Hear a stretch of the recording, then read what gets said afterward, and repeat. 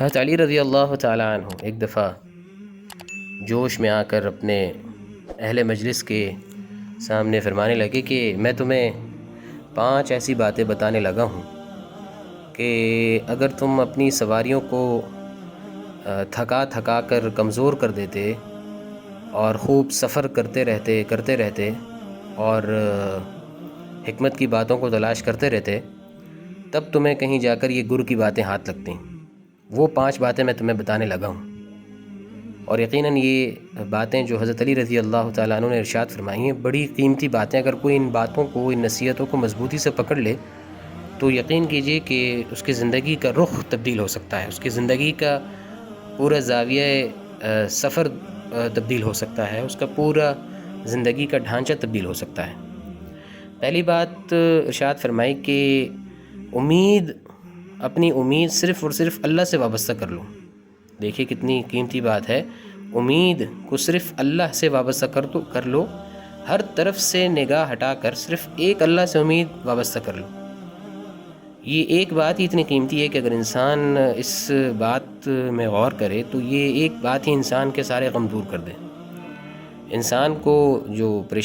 ذہنی پریشانیاں لاحق ہوتی ہیں، ڈپریشن کی بیماری جو بڑھ رہی ہے، پریشانی ذہنی کوفت کی جو ہر ایک شکایت کرتا ہے، یہ ساری ڈپریشن، ساری پریشانی، ساری ذہنی کوفت، اس کی بنیادی وجہ یہی ہوتی ہے کہ انسان نے جن سے اپنی امیدیں وابستہ کی ہوتی ہیں، جن دوسرے انسانوں سے اپنی امیدیں وابستہ کی ہوتی ہیں، جن اہل تعلق سے اپنی امیدیں وابستہ کی ہوتی ہیں، وہ اس کی امیدیں پوری نہیں ہوتی تو وہ پریشان ہوتا ہے اور بڑا مایوس ہوتا ہے اور ڈپریشن میں چلا جاتا ہے کہ میری فلاں سے یہ امید تھی اور اس نے ایسا نہ کیا جیسی میری اس سے امید تھی۔ تو فرمایا پہلی بات یہ کہ اللہ سے صرف اپنی امید وابستہ کر لو۔ دوسری بات ارشاد فرمائی کہ اگر ڈرنا ہے تو ڈرنے کی چیز اللہ کی نافرمانی ہے، گناہ ہے، نافرمانی، اللہ کی نافرمانی سے ڈرو، باقی سارے خوف دل سے نکال دو۔ کوئی چیز اللہ کی نافرمانی سے زیادہ نقصان دہ نہیں ہے۔ سب سے زیادہ نقصان دہ چیز انسان کی زندگی میں اللہ تعالیٰ کی نافرمانی اور گناہ ہے، تو باقی سارے خوف نکال دو۔ اس کے علاوہ کوئی اور چیز، کوئی ذات ڈرنے کی ہے ہی نہیں۔ ایک اللہ کی نافرمانی سے ڈرو اور سارے خوف تمہارے خود بخود ختم ہو جائیں گے۔ تیسری بات ارشاد فرمائے کہ اگر کوئی کسی بات سے ناواقف ہے، جاہل ہے، تو وہ کوئی بھی مسئلہ ہو، چاہے زندگی کا کوئی مسئلہ ہو یا کوئی علمی مسئلہ ہو یا جو بھی کسی قسم کا بھی کوئی مسئلہ ہو اور اس کے حل سے وہ ناواقف ہے، اسے کوئی حل سمجھ میں نہیں آ رہا ہے، تو وہ اس مسئلے کے حل کے لیے کسی صاحب علم سے ضرور رابطہ کر لے، اور اس صاحب علم سے رابطہ کرنے میں اور صاحب علم سے پوچھنے میں شرم محسوس نہ کرے، ورنہ اگر وہ شرم محسوس کرے گا تو ناواقف ہی رہے گا، جاہل ہی رہے گا، اس کا مسئلہ حل نہیں ہوگا۔ اس لیے جاہل کو چاہیے کہ مسئلہ معلوم کرنے میں، اپنے مسئلے کا حل تلاش کرنے میں کسی صاحب علم سے پوچھنے میں کسی قسم کی شرم نہ کرے۔ چوتھی نصیحت ارشاد فرمائے کہ اگر کوئی صاحب علم ہے، کوئی کسی علم فن کا ماہر ہے، اس سے کوئی شخص اس فن سے متعلق ہی کوئی مسئلہ پوچھ لیتا ہے، لیکن اس کو وہ خاص مسئلہ جو پوچھا جا رہا ہے اس کا جواب معلوم نہیں ہے، اس کا حل معلوم نہیں ہے، تو کوئی پریشانی کی بات نہیں، اپنی لا علمی کا اظہار کر دے، بھئی مجھے نہیں پتہ، اللہ تعالیٰ کو پتہ ہے، اللہ عالم۔ اس اظہار میں شرم نہ کرے۔ یہ کون سی شرم کی بات ہے؟ فوراً کہہ دے بھئی اللہ کو پتہ ہے، اللہ سے کسی اور سے پوچھ لو، بھئی میرے علم میں نہیں ہے یہ بات۔ اس میں اس کی عزت گھٹے گی نہیں بلکہ بڑھے گی۔ تو چوتھی بات یہ فرمائے کہ اگر کوئی عالم ہے، کوئی صاحب علم ہے، یہ باتیں ساری ہم طلباء کے لیے ہیں کہ کوئی ہم سے مسئلہ پوچھے اور اگر ہمیں نہ آتا ہو تو بجائے یہاں وہاں کی باتیں کرنے کے انسان کہتا ہے بھئی مجھے نہیں پتہ، اس کا علم مجھے نہیں ہے، کسی اور صاحب علم سے پوچھ لو۔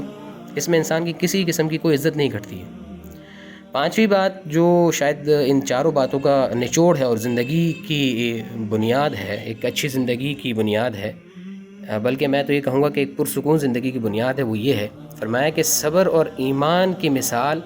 سر اور دھڑ کی ہے۔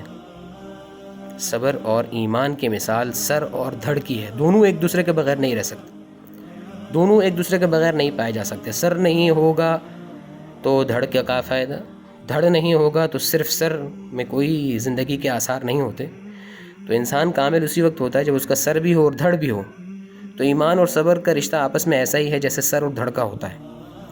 تو جس کو اللہ تعالیٰ کی ذات پر پکا یقین ہوتا ہے، اس کو مصیبت کے وقت صبر کرنا بھی بڑا آسان ہوتا ہے۔ اس کو یقین ہے کہ یہ مصیبت جو پڑی ہے اللہ کی طرف سے ہے، اللہ تعالیٰ ہی اس مشکل کو آسان کریں گے اور اس مصیبت میں میری دستگیری کریں گے۔ تو جب اللہ کی ذات پر یقین ہے اور ایمان ہے تو صبر کا حوصلہ بھی اتنا ہی ہوگا، اور ایمان میں اور اللہ تعالیٰ کی ذات پر بھروسے میں اور یقین میں جتنی کمی ہوگی اتنا ہی انسان پھر بے صبر بھی ہوگا۔ تو یہ پانچوں باتیں یقین کیجئے، پانچوں باتیں اگر غور کریں تو پانچوں باتیں اگر کوئی اپنے پلے سے باندھ لے اور اپنی زندگی کا نصب العین بنا لے، اور ان پانچوں باتوں کو ایک صفحے پر لکھ کر اپنی الماری پر لگا دیں اور کوئی ایسی جگہ لگا دیں کہ آپ کی نظر روزانہ ان پانچوں باتوں پر پڑے، تو یہ پانچوں باتیں اگر کوئی شخص اپنے پلے سے باندھ لے تو شاید پرسکون زندگی گزارنے کے لیے اور پریشانی سے بچی ہوئی زندگی اور اطمینان والی زندگی گزارنے کے لیے پھر انسان کو کسی اور چھٹی بات کے سمجھنے سیکھنے کی ضرورت باقی نہ رہے۔